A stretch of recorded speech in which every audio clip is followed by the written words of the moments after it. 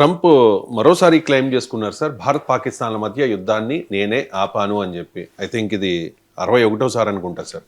అంటే ఈసారి ఈ 350% సుంకాలు తప్పవని హెచ్చరించాను, దాంతో మోదీ నా మాట విన్నారు అని కూడా క్లెయిమ్ చేసుకున్నారు సార్.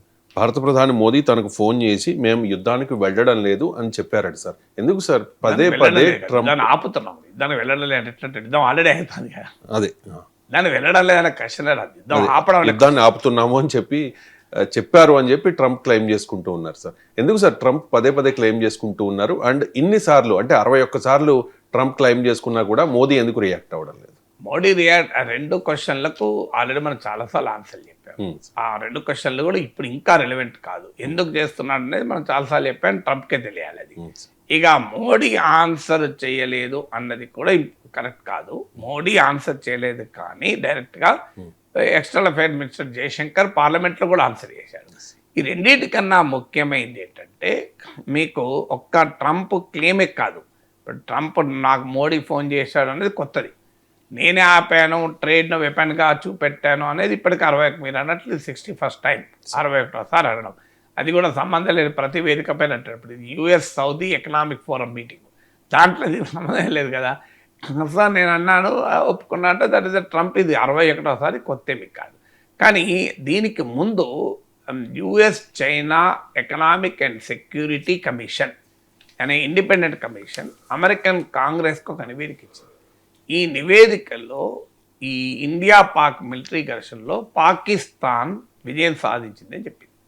అంటే ఇలా అమెరికా అంచనా ఏంటి? పాకిస్తాన్ గెలిచిందని అమెరికా చెప్తారు. అది ఇంకా డిస్టర్బింగ్. ఇప్పటిదాకా మేము ఆపామన్నది పక్కకు పెట్టండి, మీరు ఆపలేదు మనం అంటున్నాం, ఆపాడని ట్రంప్ అంటున్నాడు, అది అలాగే నడిచింది. కానీ ఫండమెంటల్ క్వశ్చన్ ఏంటి? అమెరికన్ ఎస్టాబ్లిష్మెంట్, ఇండియాకు అమెరికాకు ఇటీవలనే మన 10 సంవత్సరాల డిఫెన్స్ కాంప్రిహెన్సివ్ డీల్ కుదుర్చుకున్నాం. ఇప్పుడు జావెలిన్ మిసైల్స్ కొంటున్నాం, అమెరికా నుంచి ఎల్పిజి కొంటున్నాం, ట్రంప్ చెప్పినవన్నీ చేస్తున్నాం.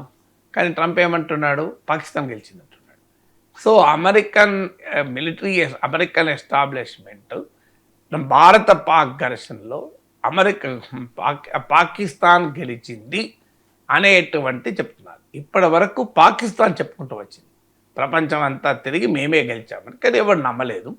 కానీ ఇవాళ అమెరికా ప్రభుత్వం చెప్తుంది, అమెరికన్ కాంగ్రెస్, ప్రభుత్వం కాకపోయినా ఇండిపెండెంట్ కమిషన్, అమెరికన్ కాంగ్రెస్, ఇది మరీ డిస్టర్బెన్స్. పాకిస్తాన్ చెప్పితే ఎవడు పట్టించుకోడు, వాళ్ళు అలాగే చెప్పుకుంటారులే, ఓడిపోయినాడు అంటారు. కానీ అమెరికా సర్టిఫికెట్ ఇవ్వడం, ఇండియా పాక్ మిలిటరీ ఘర్షణలో పాకిస్తాన్ గెలిచింది అని, ఇది ఇండియన్ ఫారెన్ పాలసీకి అతిపెద్ద సవాల్. ఎందుకంటే మనము ఆపరేషన్ సింధూర్ తర్వాత బహుళ పార్టీ డెలిగేషన్లను ప్రపంచమంతా పంపించాం. ఎందుకు పంపించాం? పాకిస్తాన్ దుర్మార్గాన్ని ఎక్స్పోజ్ చేయడం, అలాగే ఇండియన్ విక్టరీని ఎస్టాబ్లిష్ చేయడం. ఇప్పుడు ఇండియన్ ఫారెన్ పాలసీ, ఇండియన్ డిప్లొమసీలో ఒక కీలకమైన పాకిస్తాన్కు బుద్ధి చెప్పాం, పాకిస్తాన్ కాలబేరానికి తెచ్చామన్నది కదా మన నరేటివ్.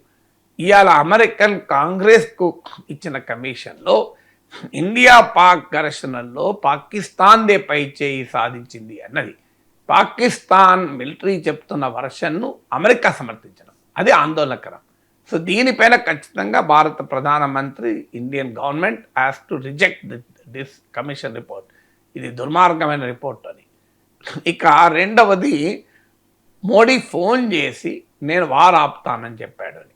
మన ఇప్పటి వరకు ప్రభుత్వం చెప్తున్నది, ట్రంప్ అసలు మోడీకి మధ్య ఏ రకమైన ఆపరేషన్ సింధూర్ సమయంలో ఏ రకమైన కమ్యూనికేషన్ లేదు, ఎవరు మాట్లాడుకోలేదు వీళ్ళిద్దరూ.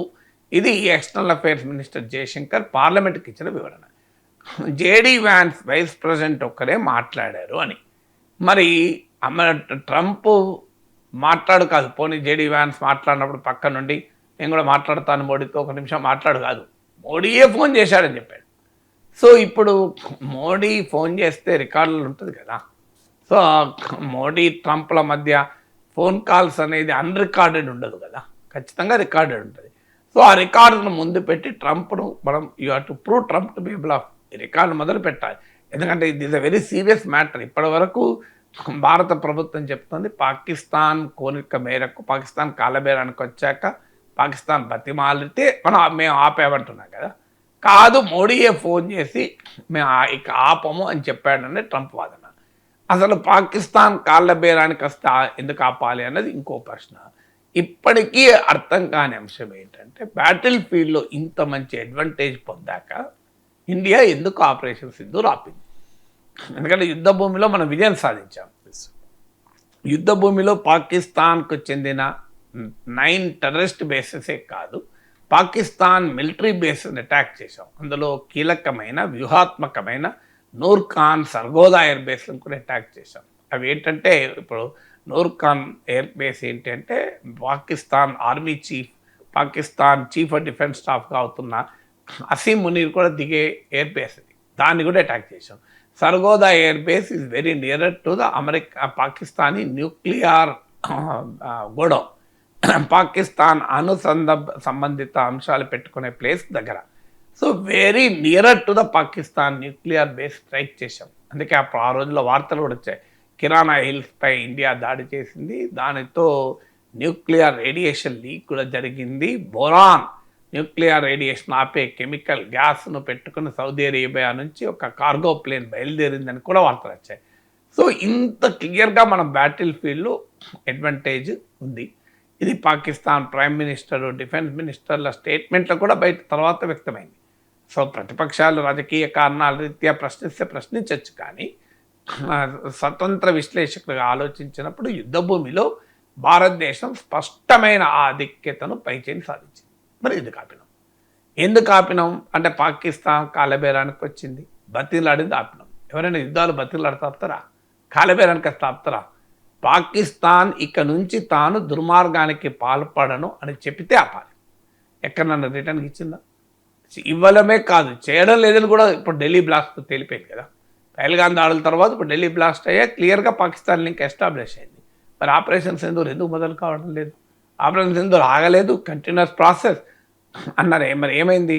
ఇప్పుడు ఢిల్లీ దాడులు జరిగిన తర్వాత ఏమైంది? నథింగ్ కదా. సో ఏమి అసలు గతంలో లాగా స్టేట్మెంట్ కూడా లేవు. ఒకసారి అన్నారు, అయిపోయింది ఇక.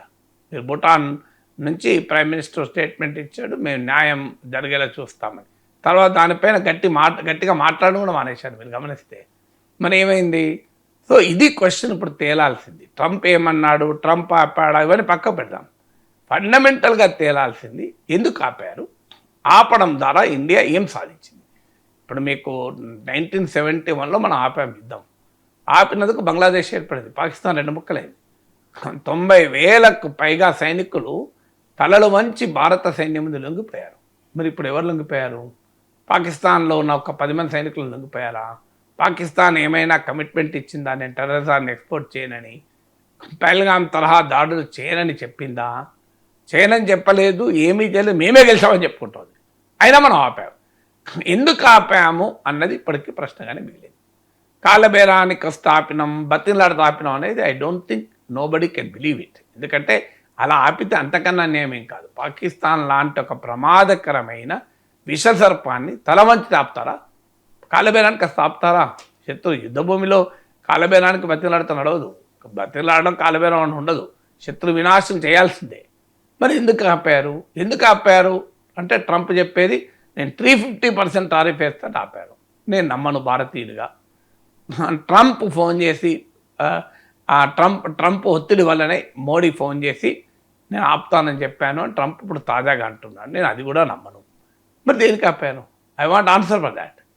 ఇప్పటివరకు భారత ప్రభుత్వం ఇచ్చిన వివరణ ఒకటే, కాలబేరానికి వచ్చారు, బతిలాడారు, వాళ్ళే ముందు ఫోన్ చేశారు. ఎవరు ముందు ఫోన్ చేయడం అనేది ఇష్యూ కాదు కదా. మరి వాళ్ళే ముందు ఫోన్ చేస్తే ఆపారు. మరి పహల్గాం దాడులు